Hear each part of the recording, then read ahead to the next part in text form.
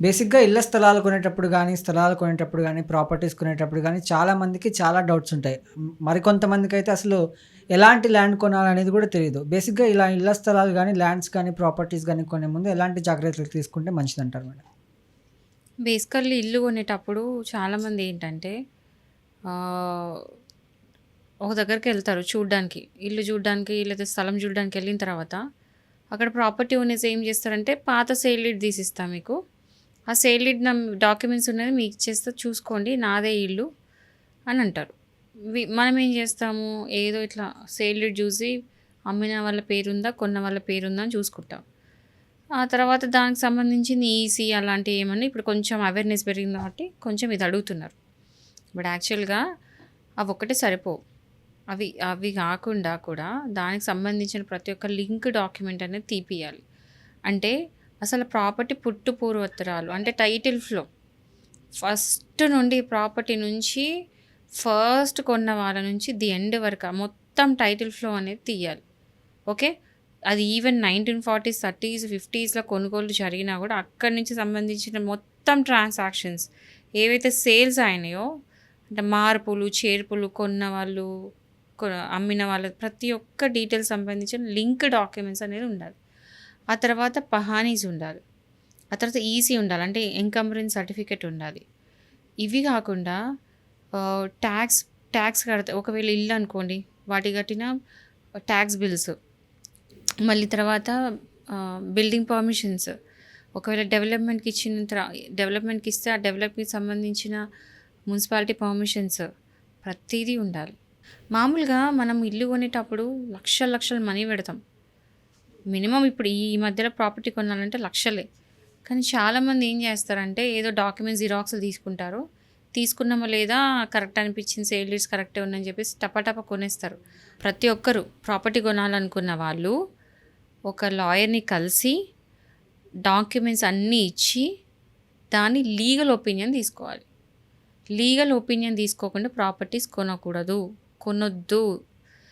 ఎందుకంటే లక్షలు మనం పెట్టి కొంటాం గానీ, ఒక లాయర్‌కి ఇచ్చి అవి జెన్యూన్ డాక్యుమెంట్సే కదా! ప్రాపర్టీ జెన్యూన్ కాదని చూపించుకోరు చాలా మటుకు. బట్ ఎల్ఎస్ఆర్ అంటే లీగల్ ఒపీనియన్ చాలా చాలా ఇంపార్టెంట్. మేమేం చేస్తామంటే మొత్తం టైటిల్ ఫ్లో తీస్తాం. అది కాకుండా ఈ ఈ జిరాక్స్ కాపీస్ ఏవైతే ఉన్నాయో అవి కాకుండా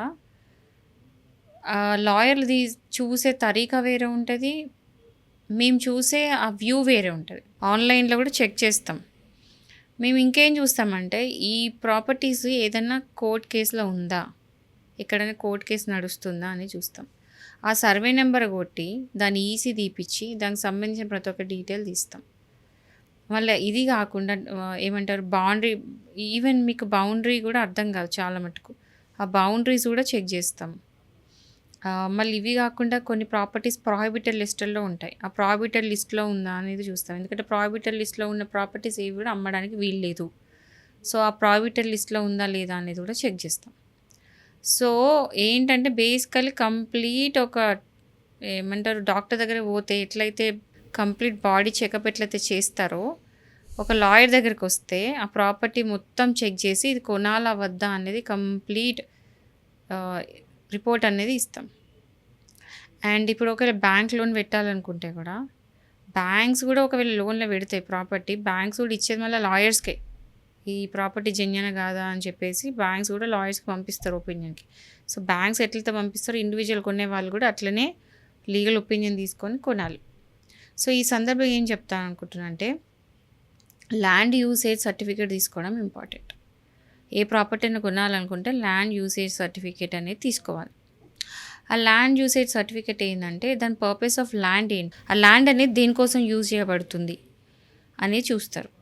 అగ్రికల్చరా? నాన్ అగ్రికల్చరా? లేకపోతే ఏదైనా బఫర్ ల్యాండ్‌లో ఉందా? హైడ్రాలో ఉందా?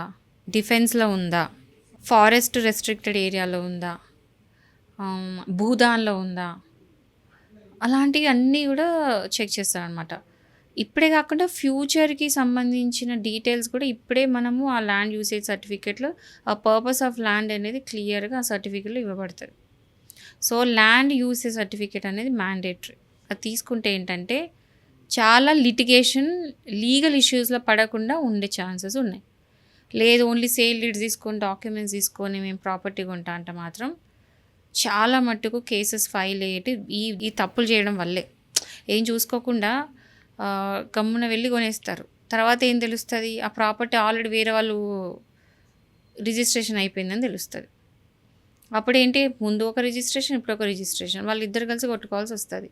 సో, ఈ లిటిగేషన్ అన్నిటిని తప్పించుకోకుండా ఉండడానికి డబుల్ రిజిస్ట్రేషన్స్ అవన్నీ కూడా అవాయిడ్ చేయడానికి ఏంటంటే ఫస్ట్ ఒక లీగల్ ఒపీనియన్ తీసుకొని ప్రాపర్టీ కొనడం బెస్ట్.